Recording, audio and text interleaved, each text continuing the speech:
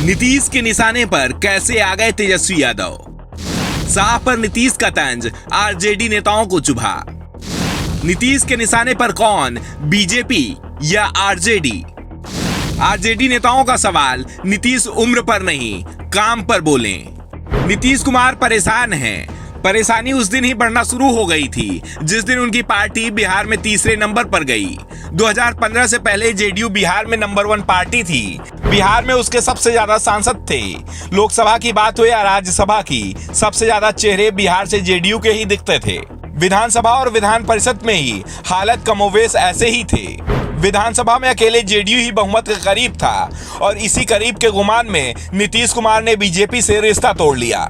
बाद में बीजेपी के पास लौटे, फिर रिश्ता तोड़ा। लेकिन इस बीच जेडीयू बिहार में पहले नंबर से सीधे तीसरे नंबर की पार्टी बन गई। नीतीश आरजेडी के साथ सरकार चला रहे हैं, लेकिन कब तक सीएम रहेंगे, इस पर सवाल उठ रहे हैं। वैसे जो खबरें आ रही हैं उसमें साफ है कि 2023 में नीतीश कुमार को सीएम पद से इस्तीफा देना है। इसके बाद उन्हें क्या करना है, इस पर जरूर संशय है।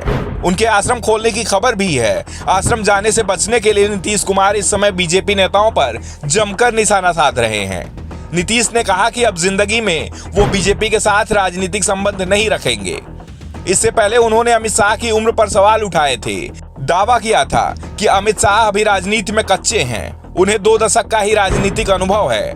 कम अनुभवी लोग राजनीति में कुछ नहीं जानते हैं, इसलिए अनुभवी लोगों से उन्हें भिड़ना नहीं चाहिए। अमित शाह की जितनी उम्र है उतना तो नीतीश कुमार के पास राजनीति का अनुभव है।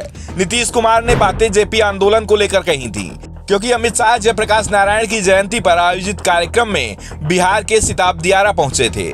सिताब दियारा में ही जेपी का जन्म हुआ था। यहां शाह ने नीतीश कुमार पर निशाना साधते हुए कहा था कि जो लोग समाजवादी आइकन जयप्रकाश नारायण के अनुयायी होने का दावा करते हैं, उन्होंने सत्ता के लिए कांग्रेस से हाथ मिला लिया, जबकि जेपी जिंदगी भर कांग्रेस से ही लड़ते रहे। शाह ने जेपी के बयानों के सहारे नीतीश को घेर लिया तो नीतीश ने भी तुरंत पलटवार भी कर दिया। नीतीश शाह के बयानों का जवाब दे रहे थे, निशाने अमित शाह और पीएम मोदी पर लगा रहे थे, लेकिन उनके तीर सीधे तेजस्वी यादव को लग रहे थे। नीतीश दावा कर रहे थे कि राजनीति में अनुभव ही सबसे जरूरी होता है। सांसद, विधायक, मंत्री तो कोई भी बन सकता है। अमित शाह अभी केंद्र में मंत्री हैं, सांसद हैं, गुजरात विधानसभा में विधायक भी रह चुके हैं।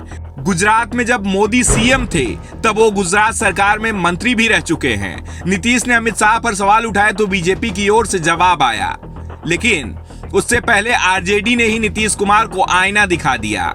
आरजेडी ने नीतीश को नसीहत दी कि अपने विरोधियों को जवाब देने के लिए उम्र को मुद्दा ना बनाएं, अपने कामों को गिनाएं, जो अच्छे काम किए हैं उन्हें बताएं।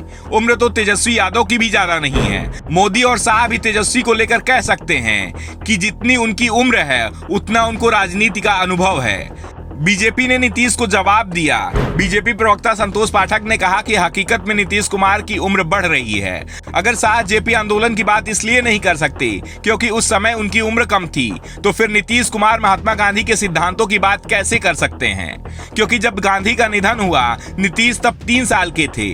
1857 के संघर्ष पर तो देश में चर्चा ही नहीं होना चाहिए, क्योंकि इस पर चर्चा वो ही लोग कर सकते हैं जो 200 साल के हों। नीतीश क्या बोल रहे हैं उनको पता ही नहीं है, इसलिए ऐसे सवालों का जवाब भी हम नहीं दे रहे, जनता देगी। Bureau report, the such India.